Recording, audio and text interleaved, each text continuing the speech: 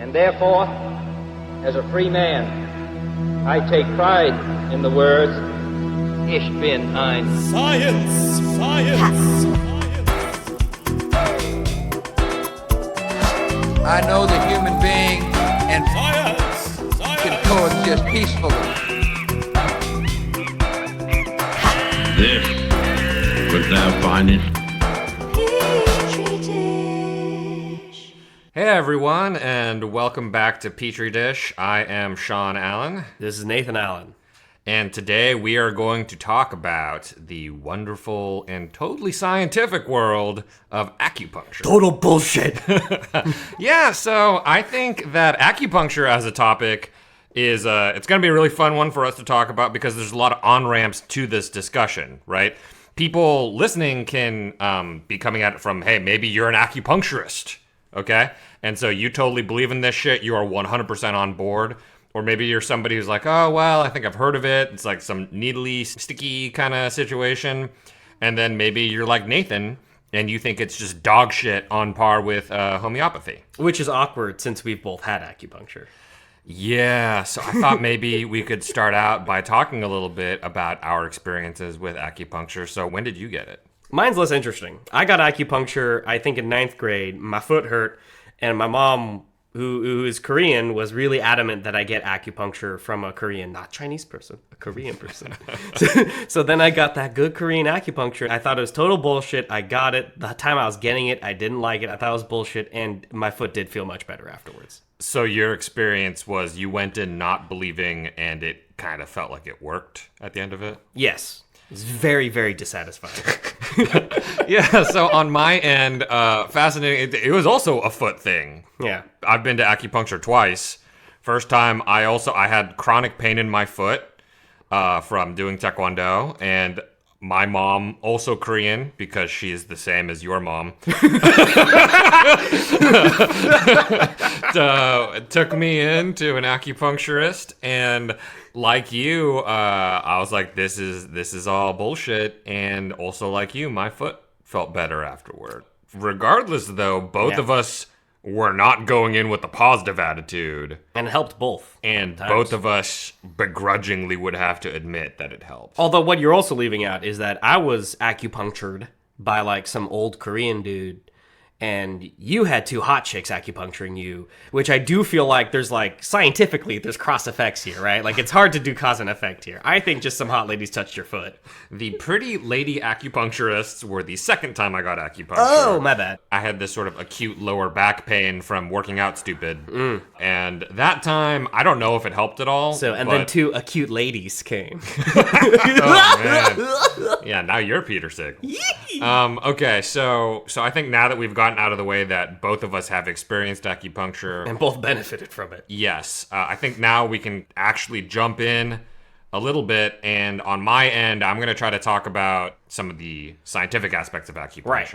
I'm sure everyone listening has a vague idea of what acupuncture is. What is even the theory of acupuncture? Like, what the fuck is going on? Yeah, so right now at the top, say, there are some Chinese words involved in acupuncture. I'm not going to do them right. So that at the very least, I'm going to be able to hit like this first one, which is qi. Yes. So there's this idea that there's energy inside of, I think, all living things, but especially in our bodies, there's this kind of circulating energy called qi. And qi circulates in our body along certain channels or paths that in a lot of English and in the West, we call meridians. Or jingler. In Chinese. Yeah, wow, that was great, man. Beautifully pronounced. And so these meridians are kind of the channels or the rivers of qi that flow through your body. And there are different points along these meridians, and these acupoints, they're the places where you're supposed to put the little pokey needles that get used in acupuncture. There's like 400, maybe more acupoints right now at this point, but realistically, when you're talking about acupuncture you get most of the time, only about 50 or so are ever really used nowadays. Why? What happened to the other 350?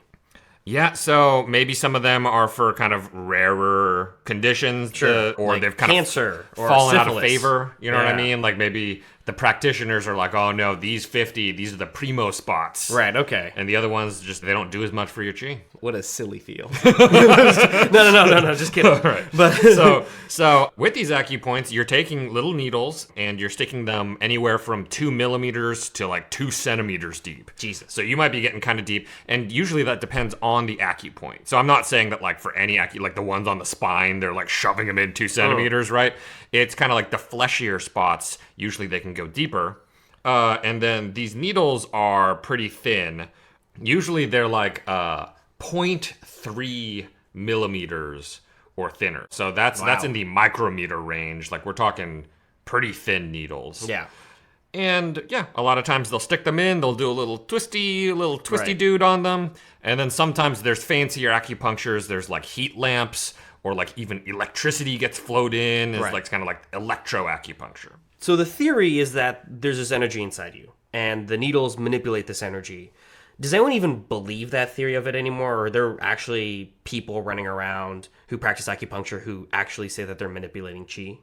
I think that a very large percentage of people who practice acupuncture believe in chi and meridians, and that the physical manipulation of needles affect those things. I think what is appreciated is that there was a time period where some people thought maybe chi and meridians correspond to something physical in our bodies. Okay. That, like maybe that there was sort of like how we have blood vessels in a circulation system, or we have nerves that run all through our body. Maybe there was a corresponding set of channels or something like that. Real physical channels. And no one thinks that anymore? No, pretty Okay. much nobody thinks that anymore. So has it been scientifically studied, and how could you even scientifically study it?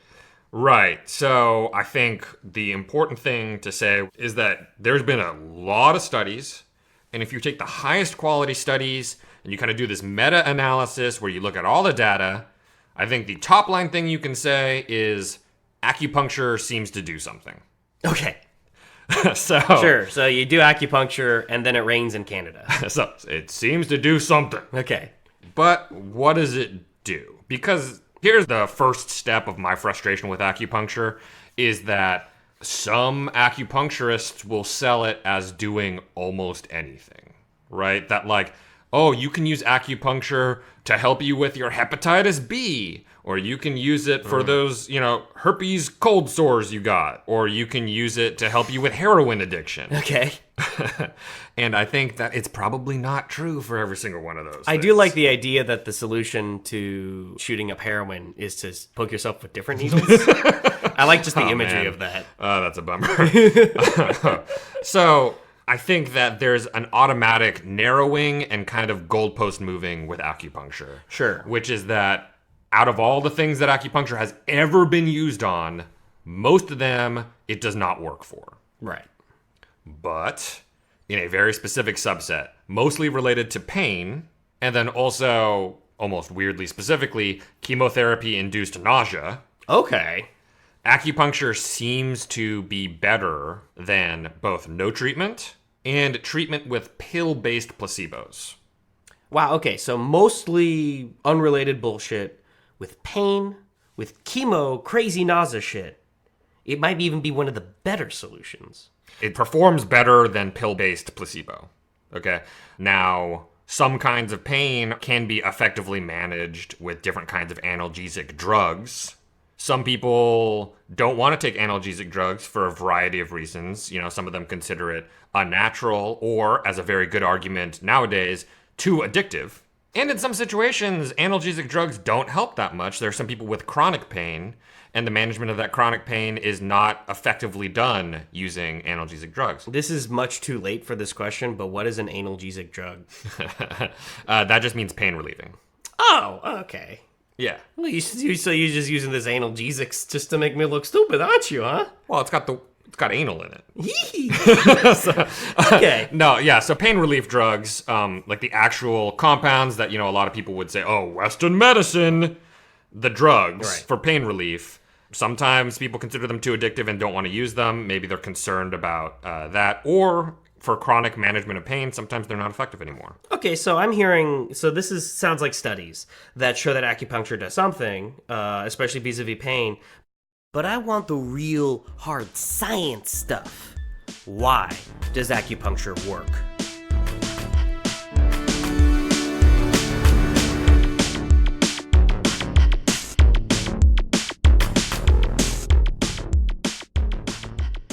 Here's where I would say the first thing that I find really disconcerting about acupuncture is a lot of times when you do a study and you want to have different kinds of control situations to really tell if acupuncture is doing something better than something else, one of the good controls that you set up is called sham acupuncture. So what sham acupuncture does is somebody still gets poked with a little needle, Right. but in the wrong spot, Sure. quote unquote, the wrong spot, right? Right. Not on an acupoint.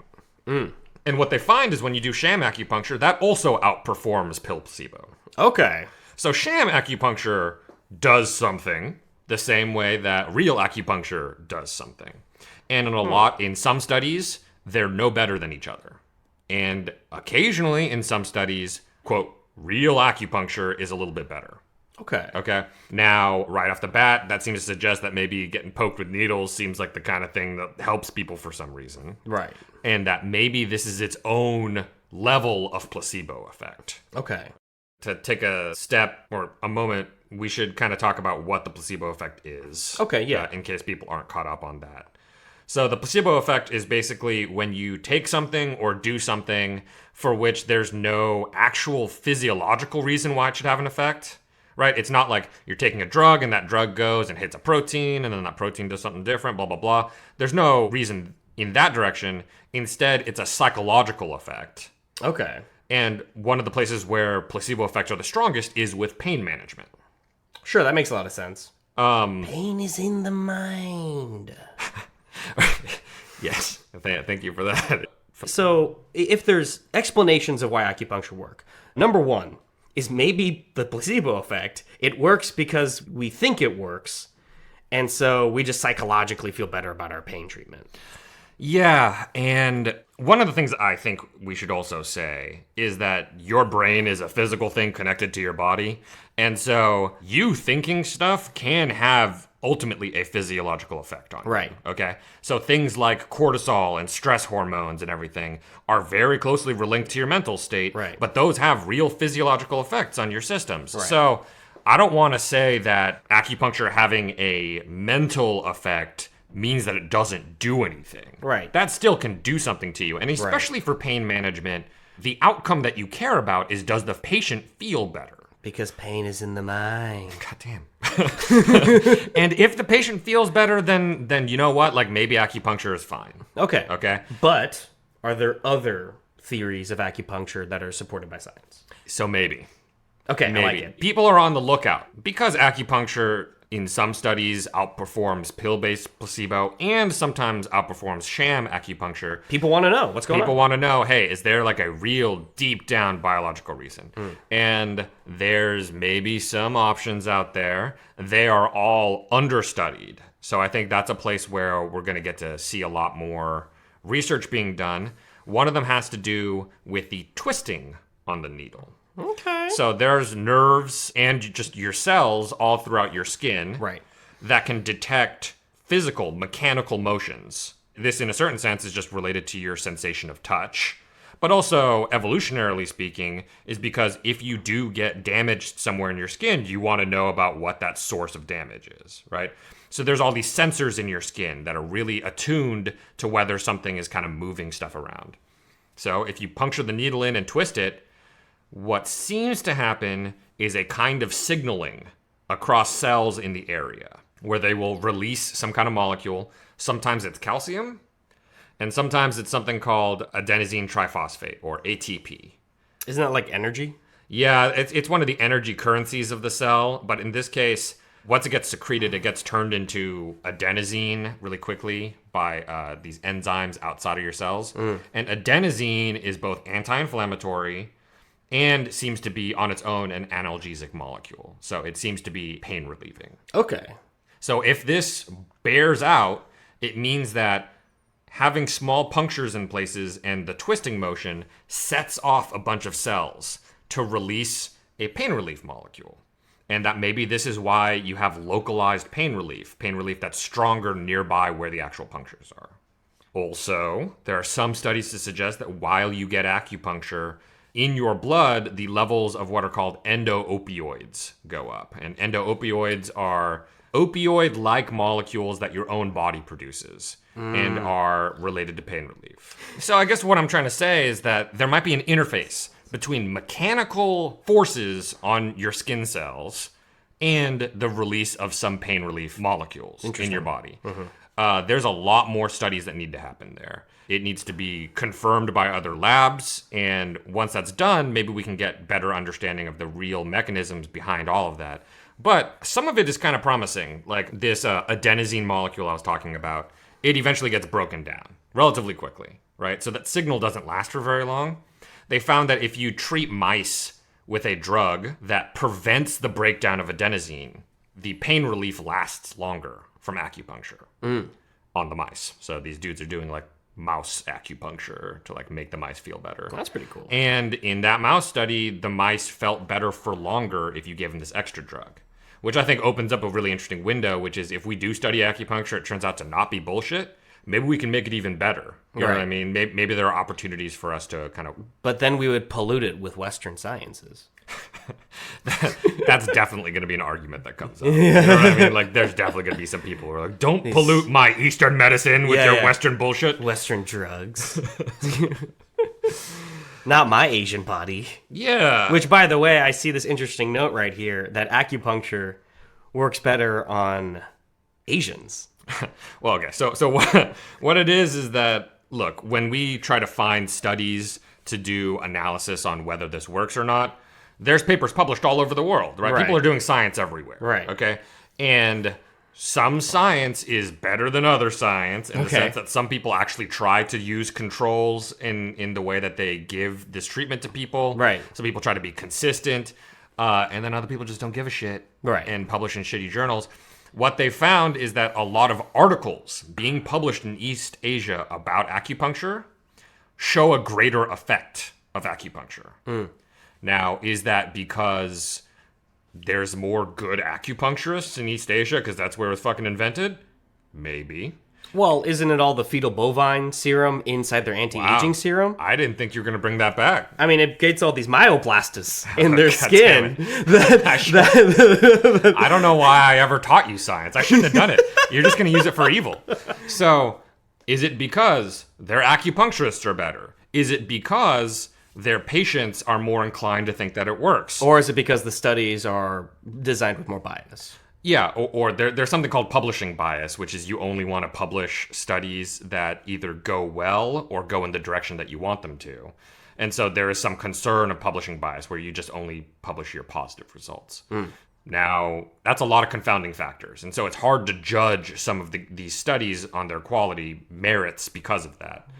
So, acupuncture seems to do something. It's really hard to define what it is.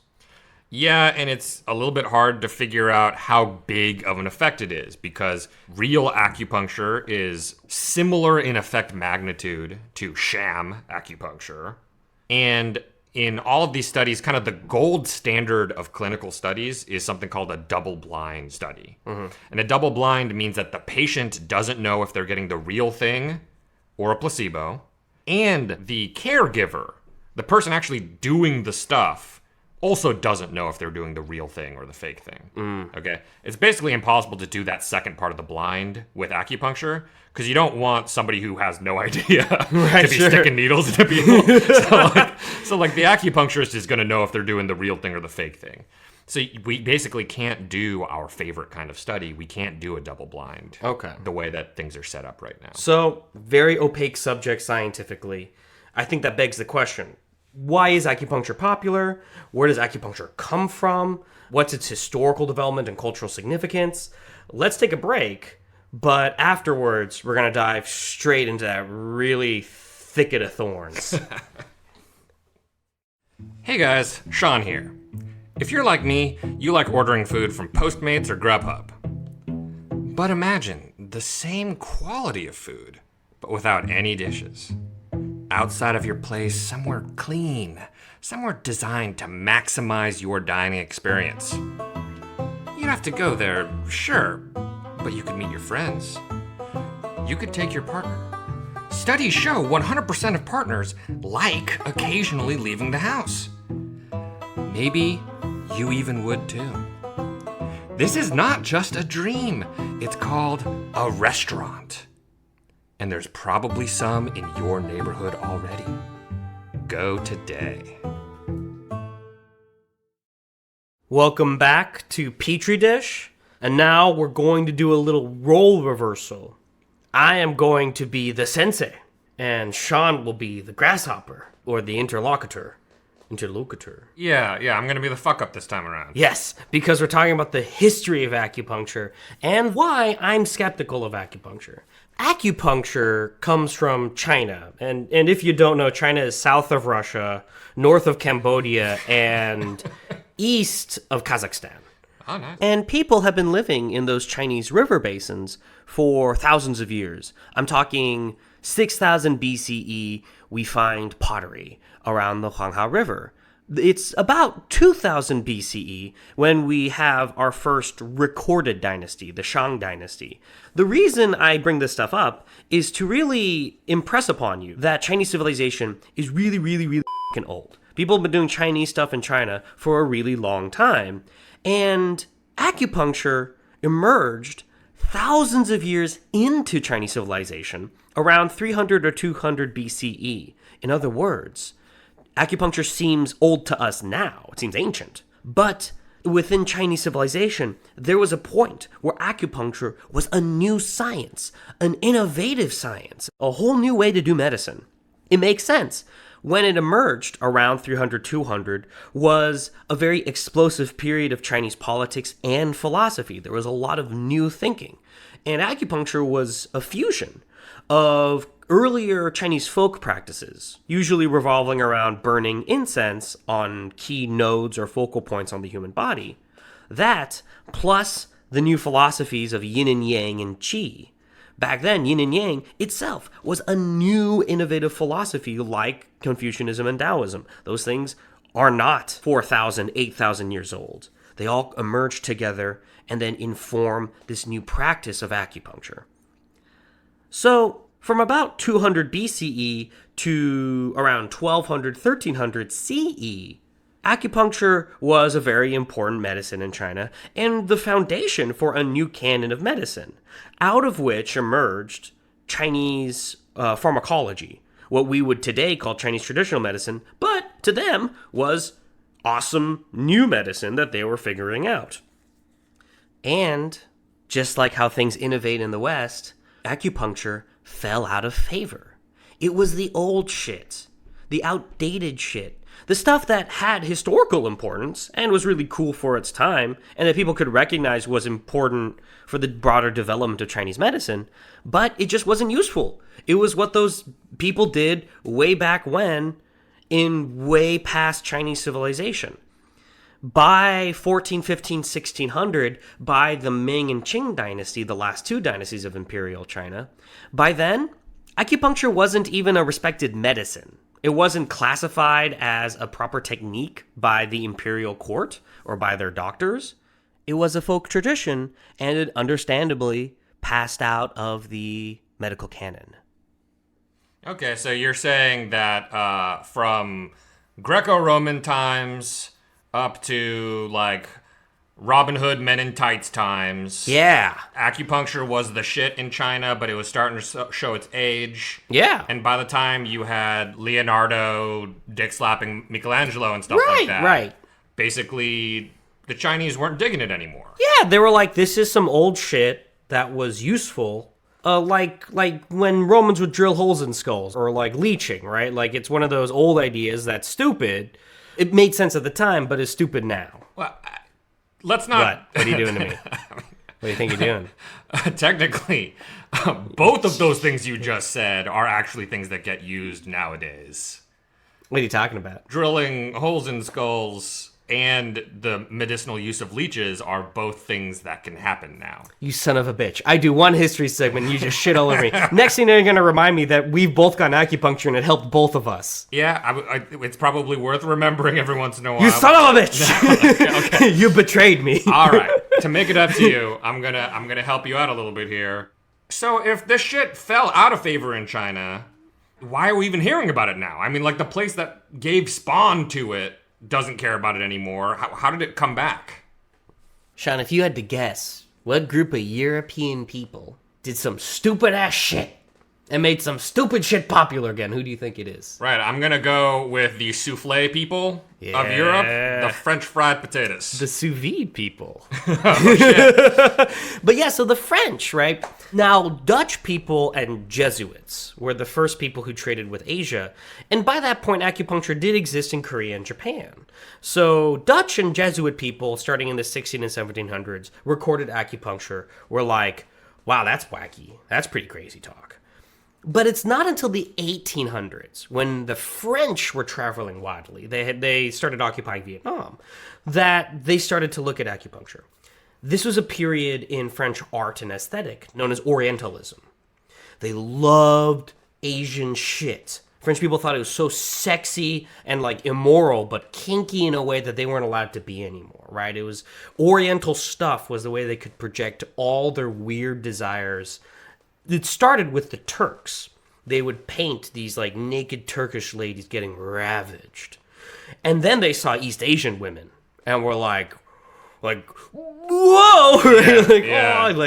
Started sweating profusely. God. Yeah. Game changer. They go all Woody Allen with East Asia, like freak out.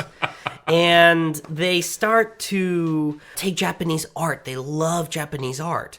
They start to make exhibitions in Paris around all this stuff. The tea, the lacquerware, the porcelain, of course. Sure. Porcelain. Silk, Madame Butterfly. Silk, Madame Butterfly, the opera. Fucking opera. Pinkerton. Yep. Right? Like all this stuff. Toe licking. Toe all of it, licking. man. Toe licking. Yeah, I got you. Right. And then acupuncture is part of that story. The French looked at acupuncture and said, like, this is a part of an ancient tradition. Because part of the Orientalist attitude was that, like, current China sucks, but they used to be awesome. Let's get their old awesome shit. Sure, it's kind of like a patronizing, kind of imperialist sort of view of things. Right. It's like, This is the height of empire. Right.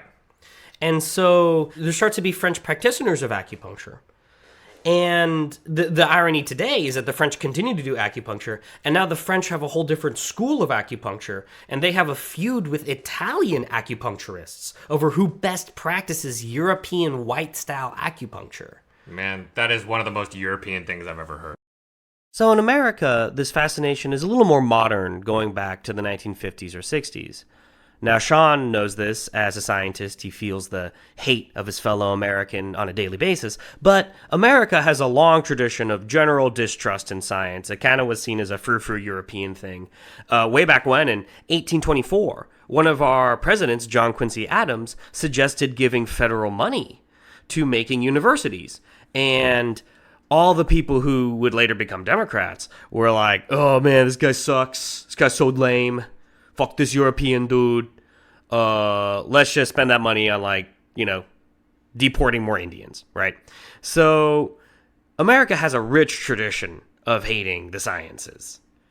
To be fair, there were some reasons to mistrust government and its ancillary scientific institutions. This is the era of DDT, the Tuskegee experiments and Henrietta Lacks, the Vietnam War and Agent Orange. There were real and legitimate abuses by different members of the scientific establishment. What is unfortunate is that disparate abuses by disparate institutions were weaved together into a narrative. Now, on the right of American culture and politics, there have always been people who deeply mistrusted modern science, like, the Christian Scientists. There are always people who believe more in faith-based healing, in televangelists, right? But in the 1950s and 60s, you have a left-wing reaction to large scientific institutions, which was a little bit newer in American civilization. We're, of course, ultimately talking about the hippies, right? People who believed overall that Western science was an unnatural deviation from the order of things, had created the atomic bomb, was no longer trustworthy, worked with the government, and then you had things like MK Ultra made it a little bit easier to believe all that stuff. These folks thus searched for different forms of knowledge, of philosophy, of medicine that were outside the Western canon. Now, we all know this in terms of music, like George Harrison picking up a fucking sitar. And we all know it in terms of philosophy, like all the Rajneeshi, whatever yoga shit that has now matriculated into popular culture. But in terms of the medicines, this turns into New Age medicine, right? All the herbal and medicinal crap, different kind of new versions of homeopathy, and of course, acupuncture. Acupuncture was this outdated Chinese practice, illegitimate in China, that was appropriated by left-wing reaction to modern institutional science. They were looking for a way to fight back and to make their own universe, their own ideology with its own medicine. Acupuncture was the tool they used to make that ideology coherent. Okay, but like when I got acupuncture, it wasn't some hippie that was doing it. It was an Asian dude. Right. And then some other time it was two ladies. But though, it wasn't a hippie dude, is what I'm trying to say. That's true. So what's up with that? I mean, like, Well, are you just trying to tear me down, Sean? Okay, so adversarial. Okay, I support you with your science. All right. So the interesting thing is that the Chinese elite, Chinese scientists, Chinese doctors maintained that acupuncture was like pretty dog shit until about the 1960s. Even as like the communists, remember communism is in theory an atheist philosophy, and communist governments tend to be atheistic. And the Chinese tried really hard to eradicate all their old culture. All the way to the 1960s, they had a cultural revolution. They were destroying Confucian shit. Acupuncture was part of the problem. But in the 1960s, a couple things happened. First of all, the cultural revolution just kind of flamed out. China got tired of destroying all of its old shit. This is around the same time Mao was getting tired. He had like 4 wives. He never washed. Dude's sleepy. Yeah, he's just a sleepy old man. He's a sleepy-looking fucker. He was always sleepy-looking. I've seen a lot of drawings. You know what his job was? He was a librarian before he was a dictator. Oh, yeah. I thought you meant like while he was dictator. He was also a librarian. Don't trust librarians. Uh-oh. Yeah, but anyway, so the Cultural Revolution was flaming out, and China also was asserting itself in the world. It was sick of Russia's shit. They nearly fought a war with the Soviet Union. They were already a prominent nation and wanted to really embrace that, push Taiwan to the side, be recognized by America. And so part of the nationalist project was to dig through the trash bin of bullshit Chinese stuff and be like, oh man, what is super Chinese that white people like that will make us look like the ancient tradition that we really legitimately are? And acupuncture's flashy. White people like it. Nixon comes to China in 1972. They choose acupuncture as the thing that they're going to show him. They throw some needles into some random Chinese guy. Turns out it didn't actually really work anyway. He was like drugged or something. But it looked fancy, and it worked. And for the last 40 years, the Chinese Communist Party has been reappropriating from its past, the past that it tried to destroy in its own cultural revolution in the 1960s. That includes funding Confucian schools around the world, and it includes promoting acupuncture. The fact that acupuncture is both popular amongst kind of Western New Age medicine and now in China is not surprising. They are symbiotic impulses. For different reasons, they both want to hoist up acupuncture for something that it's not, which is kind of why, to me, acupuncture looks like a crock of bullshit. I guess to take all of this and kind of collect it together, what you're telling me is one of the reasons why you have a hard time believing in acupuncture is because it's kind of built on a shaky foundation. That like its foundation seems to be swayed by kind of the mores of history and like what people feel like doing with their country and stuff like that. And its popularity has nothing to do with its efficacy. It's popular because of these trends in society. Yeah, well, I mean, I think that can be true, but at the same time, the clinical evidence right now seems to suggest that while acupuncture might not be useful for like all the shit that hippies wanted to use it for, it still has like kind of this like really targeted usefulness, and that, it's not the only thing ever that's kind of made a comeback. Look at here, Mr. Science Man, trying to tell me what to think. Get out of here, Mr. Science Man. I don't believe you, you cuck. Get out of here. Go back to Harvard. Oh my god, that was a lot of vitriol. Excuse me. Oh man, it's just I'm American, so I get into that really quickly. So yeah, the story of acupuncture actually reminds me a little bit of the story of leeching. You said something blasphemous, that leeching is actually useful, even though leeching is a gross thing that old white people did. Yeah, leeches are gross, but I think I have a defensible position here, so why don't we take a break so you can cool down a little bit? I'm so hot right now. Yeah, you're just raging. You're a raging bull. I've had a lot of wine. So we'll have this dude calm down, and then once we're back, I'll explain why I think leeching is maybe a little bit similar to acupuncture. Hi, this is Donatella Iglesias. And if you're like me, you're a smart person, and you thought you could handle marriage and children. Now you're wrong, and you're getting a divorce. And this is not an amicable divorce. You really want to destroy their lives, the same way they destroyed your life when they slept with Ezra Klein. Yeah, I get it. He has his own interview podcast, but that doesn't make him better than me. Well, sign up for Rage Quit, a legal app that will take all your divorce paperwork and fill it with useless legalese and extraneous clauses. It'll destroy the life of your spouse and all her awful lawyers by forcing them to sort through all that paperwork, while the app also sends them useless restraining orders. That way, they'll inevitably lose their court case and you'll keep the kids. So sign up for Rage Quit. When you don't just want to quit the marriage, you want to grab your computer, throw it out the window, stamp it down, and then call the FBI on her. Download Rage Quit today. And we are back, baby. We are going to be talking about some bloodsuckers out there. And no, I'm not talking about beautiful vampires. All right, I'm talking about leeches. I think you told me before the break that leeches were actually first used by Neanderthal. And we have evidence of that on the cave paintings of Lascaux. Well, while I'm sure that any number of apes have fallen into rivers and gotten leeches all over them, the first recorded Pretty racist. You just call Neanderthal apes, dude? That's our dad. You're talking about our dad right now. They're primates. It works out. It's okay. The sort of recorded history goes back to Egypt. So we're talking about a history 1500 BCE. That's even before acupuncture. But after the pyramids.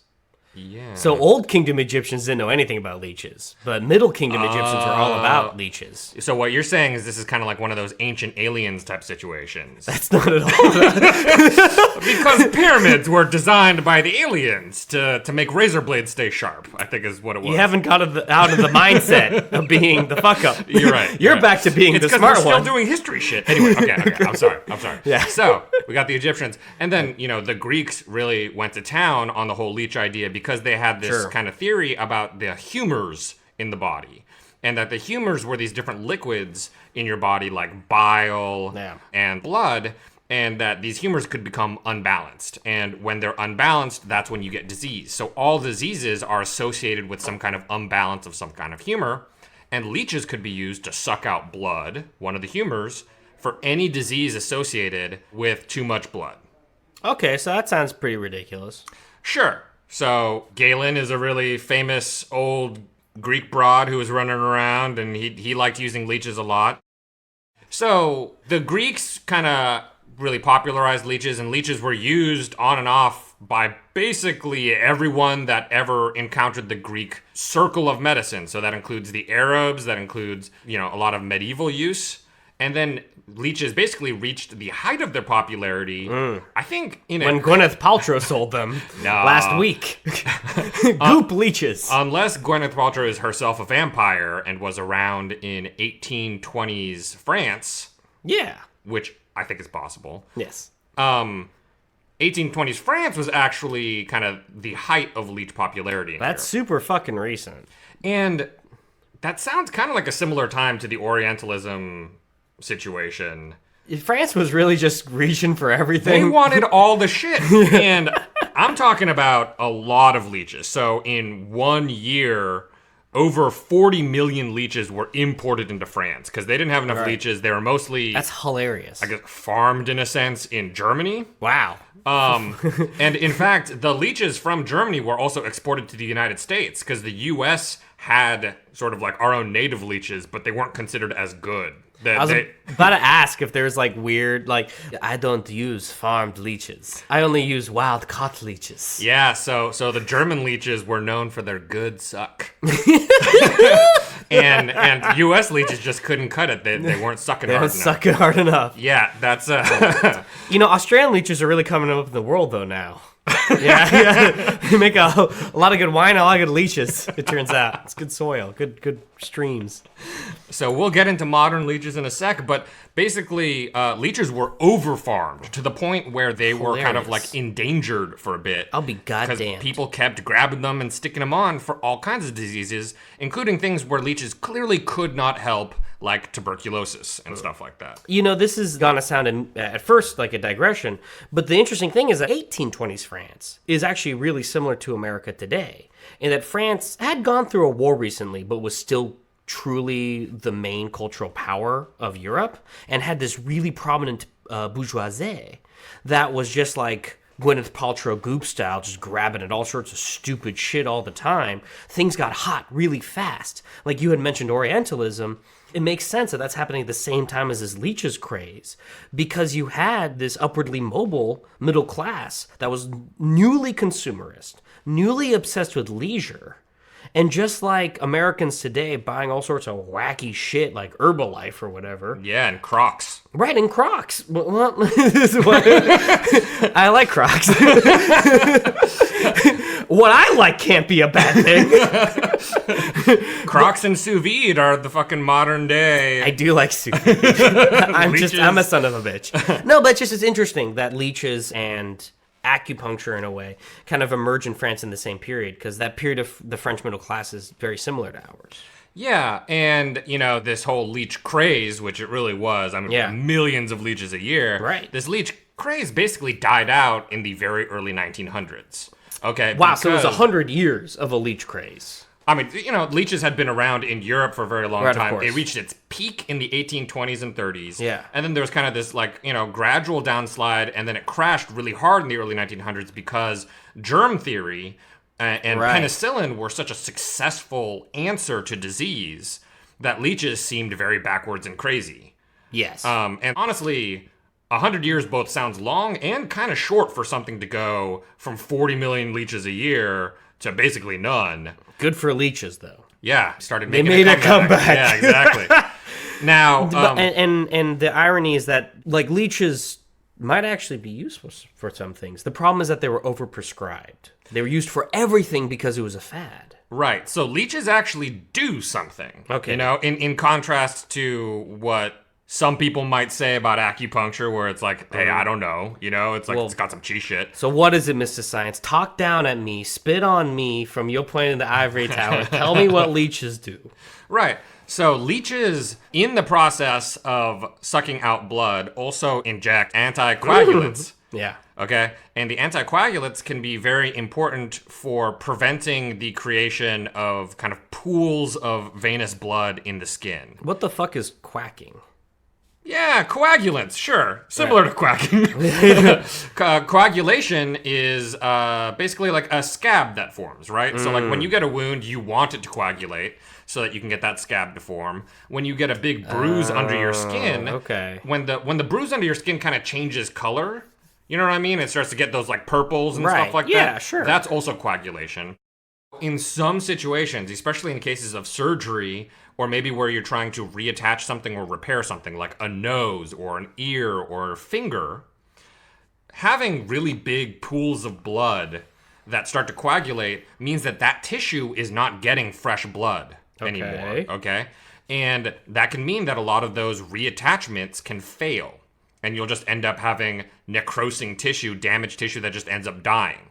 So actually, for a long time, there were some things that you couldn't really reattach because the way that the blood vessels were, it would be very, very difficult to surgically reattach them.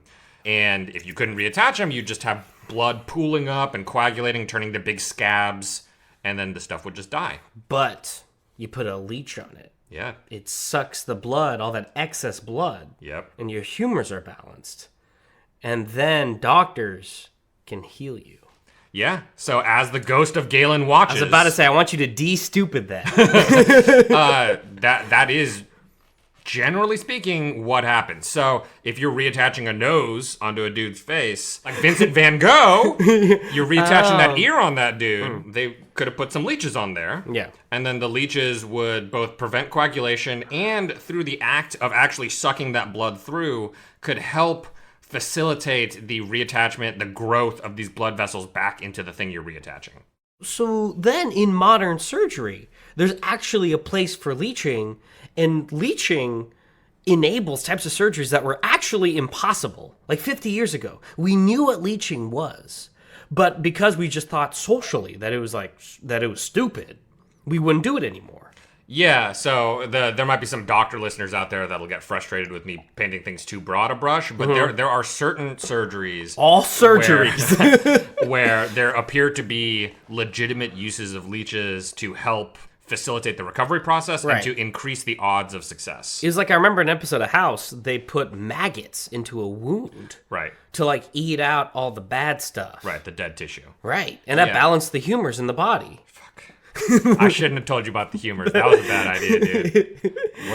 That's gonna make this real stupid. So it's like, the interesting thing is that insects, all these different, I guess leeches aren't insects, but all these crazy invertebrate that we used to use 1,000 years ago that seemed stupid in the 1900s actually do have value. Yeah, leeches are annelids, so they're actually part of the same group as earthworms. Oh, that's cool. Yeah, and actually there's a protein that's been extracted from leeches, that actual protein that helps fight coagulation.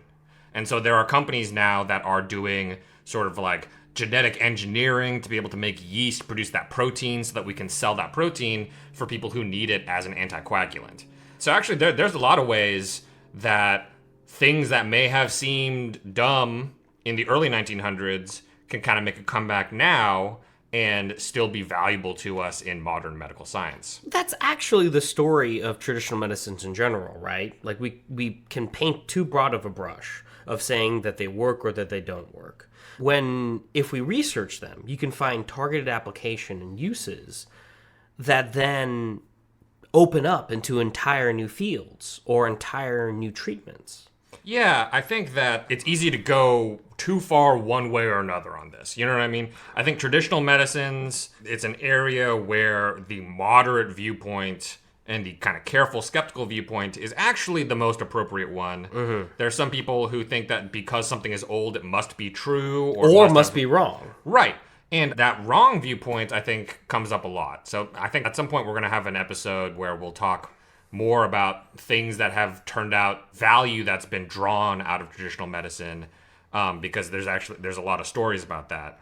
But when it comes to acupuncture, kind of specifically, I think that the trials seem to suggest that it's either a really particularly effective placebo-like effect for pain management, or it has some kind of extra real biologically relevant mechanism for pain relief.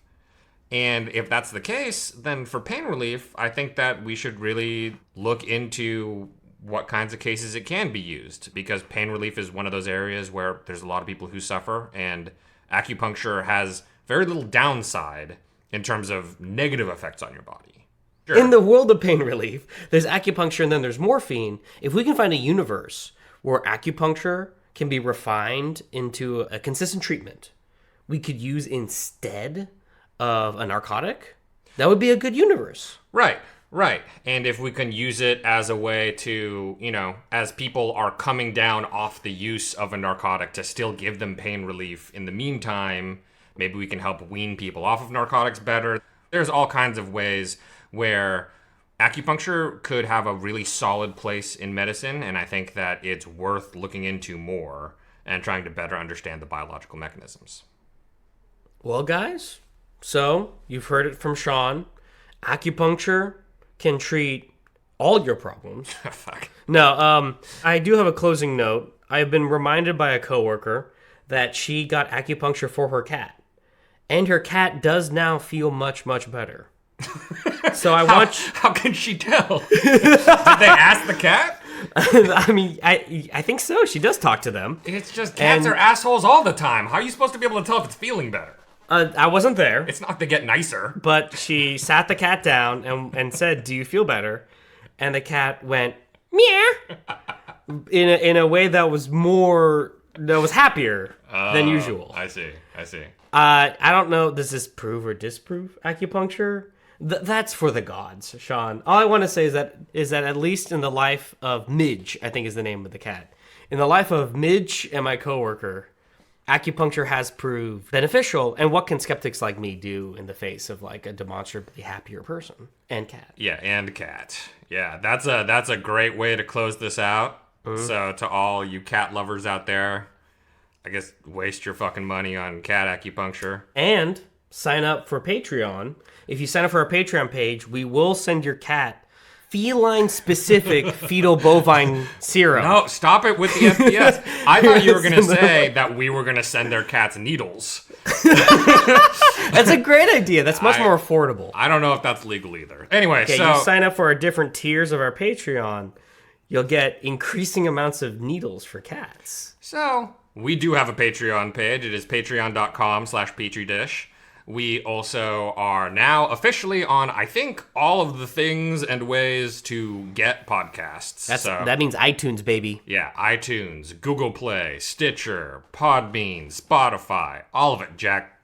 And we got an email address. Okay, so if we said, because we've said things wrong already, and so if you're just spitting mad over something that we said, or if you like us for some reason, we have an email address. It's petridishpod@gmail.com. And hit us up with some of those notes. You can leave us reviews and shit, I think, on the iTunes store now, which is weird, but whatever. So you can do that for some reason. And yeah, we got to thank Stacy Song, our producer and sound lord.